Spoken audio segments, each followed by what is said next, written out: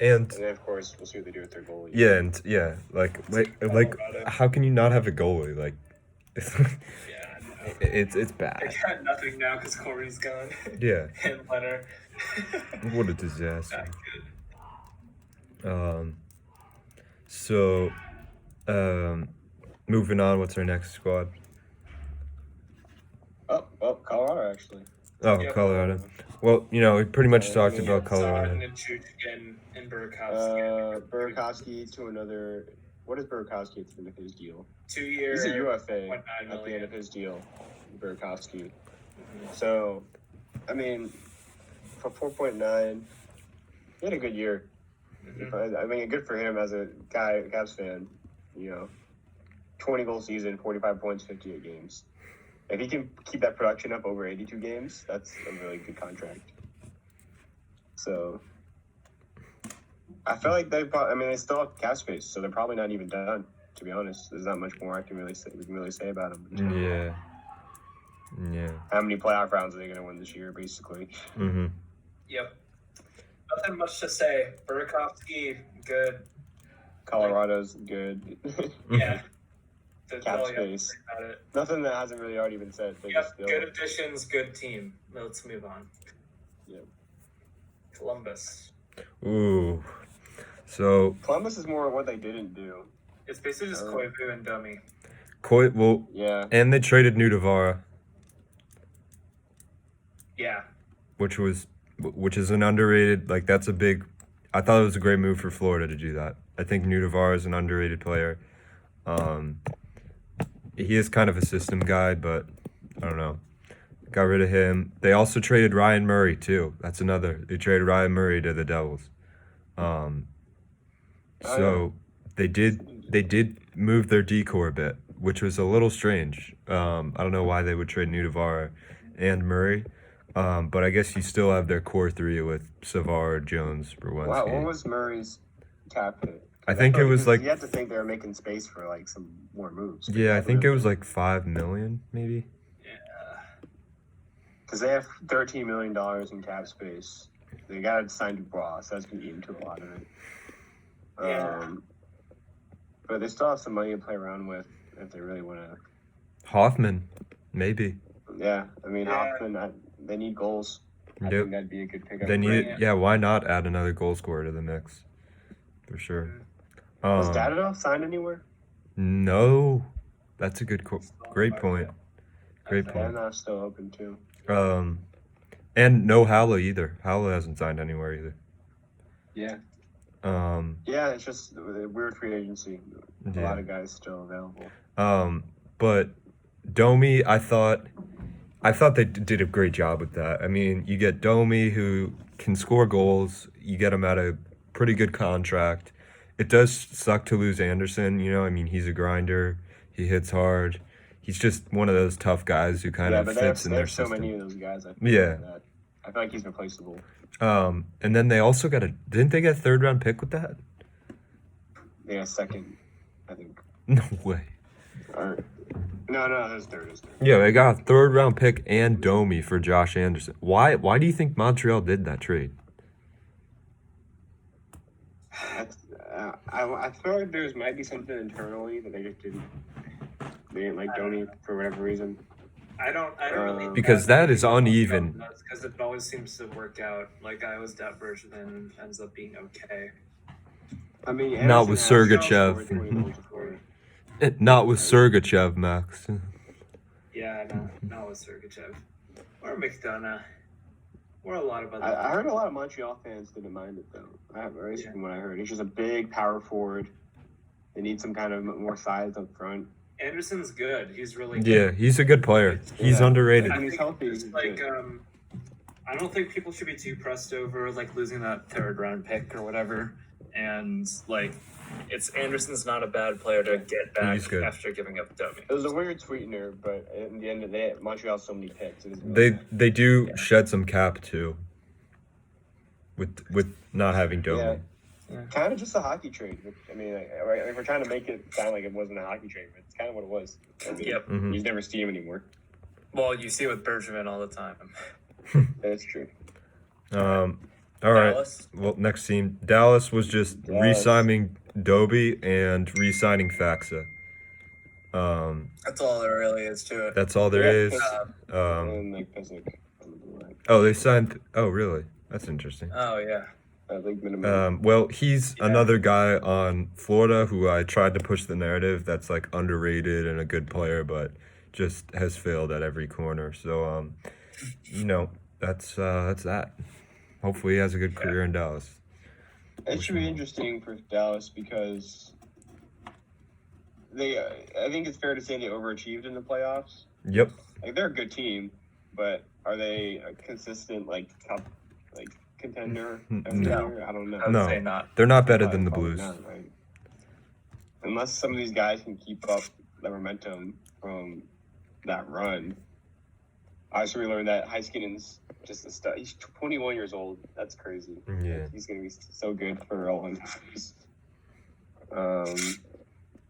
I think some guys showed that they're a bit underrated, but it should be an interesting year for Dallas. I think you can expect them back in the playoffs, but Not sure how far. Yeah. that cup run kind of was a surprise to a lot of people. Me Yeah. too. And All of think us. they're a team that could be like Yeah, that team again. and I mean with Bishop, hopefully that he just stays healthy, and they weren't super active, but I think that's all right, and they still have some cap space. They could still make some moves, Mm-hmm. but they didn't. I think they're doing all right now. Mm-hmm. I don't Yeah. think they have to worry too much. All right. Next team. Detroit. So biggest signing for Detroit was Grice. Good move. He's good. I don't know if he can be a number one on a team. You know what I mean? Like I feel like he needs to be paired, but he was very good for Trotz and the Islanders. Well, I think it'll be a good like him and Bernier can platoon together, and I think that's a pretty decent tandem. Yeah. Yeah. Like not if you're trying to like win a cup, but like if you're just trying to have a decent tandem for the season, I think should be fine. Yeah. And then they got Troy Stetcher for like Oh. a pretty reasonable Yeah. amount, like 1.7 million for Vancouver. Stetcher is pretty good. Yep. Bobby Looks like they're not going to be Ryan. historically bad this year. I Yeah. don't think. I mean I Bobby mean, they can't Ryan. get- that's the thing. It can't get any worse. Right? It can. Yeah. Not after. With what they add, they can't be worse. And they Yeah. got Bobby Ryan. Yeah. Bobby Ryan and and Merrill and John He's a Merrill. pretty solid middle six guy. Oh, they got Nemestikov too. Could be pretty good. That's good. And John Merrill's a solid bottom, third line, second line defenseman. So, I mean, they just made themselves more of like an NHL team. You know what I mean? Like they went more from AHL to NHL, I guess. They got some bodies. Yeah, exactly. So at least It's on the tank. it's still a tolerable more tolerable roster, I guess. They're still in the tank, but now they can be a little more competitive. Yeah. Edmonton? Edmonton. Well, So I know they're in the mix for Hoffman too. That'd be pretty big if they got Hoffman. And I don't know. The question for me is what does Edmonton need? And let's just have a discussion. What does Edmonton need? Well, Clefbaum's out for Long time. a long time. They don't have a lot of cap space, so they got Hoffman. They have to do something. The big thing with Edmonton was like winger depth. Like they have good center depth, but winger depth isn't there. Mhm. And from what I see from their signings, they finally signed Bill Puljujärvi, so hopefully he has a breakout year, considering how he did out in Europe. They re-signed Dennis, which is very solid. He can play anywhere. Mhm. You can literally place him anywhere, and he'll put up some decent production. And Kyle Turris also, more center depth. Oh, I and think the Turris and Barry trade. Yeah, Barry was- worked out pretty. I think Barry's exactly what they need on the blue line. yeah, wonderful. That was awesome. Because they need a puck mover. The blue line's not terrible. I feel like It's Edmonton's good. blue line's a little No, it's good. overrated. They have a They just good. don't have a good puck. They just don't have a lot of puck moving defensemen. They have a lot of like good, solid defensive guys, but they need a bit more scoring from their goal line. And I think Barry is a good pickup. Yeah. Very nice cap hit. Great He's only for 1 contract. year. Great Yeah. contract. And then Kurris, I think it was Miyamoto's Instagram. Like, if Turris can play well enough to play third line center, you can put Nuge on the wing. Mm-hmm. I think your top 6 is starting to look pretty nice. Yeah. Yeah. Like, and Puljujärvi, if he can, finally get it together. Like, Edmonton looks pretty solid. Well, honestly, like if all the pieces play out to how they should, then they've really overhauled their forward core. Yeah. I feel like. this should be a pretty good hockey team. Now, their goaltending tandem is still Mike Smith and Koski, Yeah. which I think is fine for regular season. Yeah. But if we expect them to be back in the playoffs again, which I think they can do. I mean, they're in the Pacific. Mm. Can Koskinen and/or Mike Smith Koskinen. get them anywhere in the playoffs? Ideally, Koskinen, Yeah. but Yeah. you never know. Especially after how much Miyamoto rips on Mike Smith, his post when they Yeah, signed Mike the Smith. Edmonton meme page, Miyamoto. I literally Koskinen. got a Twitter notification saying Edmonton fans were not happy with Mike Smith re-signing. Like, I literally got a Twitter notification saying that. Yeah, they really weren't. But Really funny. if Koskinen can be the guy, then I think Edmonton's in pretty good shape. Yeah. They don't pull in Edmonton. Yep. I think the Barry signing is good. Yeah, their blue line is underrated. Like, me and Max both agree. They have a very good blue line, I think. It's underrated. Yeah, I just think they needed different. They just had too much of the same archetype, and I think Barry is a good pickup to maybe that puck moving, possibly power play quarterback. Yeah, it's definitely something they need.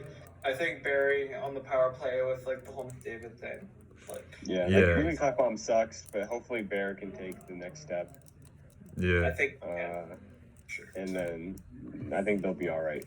Dude, I saw a tweet from Heater, and it said, when he was doing the free agents, and he was like, I've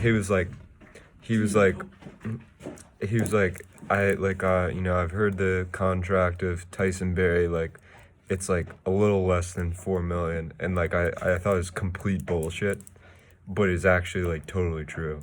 That just shows how good of a contract it was. Is he from Edmonton? He took less money to go to Edmonton. Yeah, I don't know. It's kind of weird. Think of all the places. He's from BC. Not really. All right, what's the next team? Florida. The team you've been talking about. Yeah, Florida. Big off season for Florida. You it's Florida.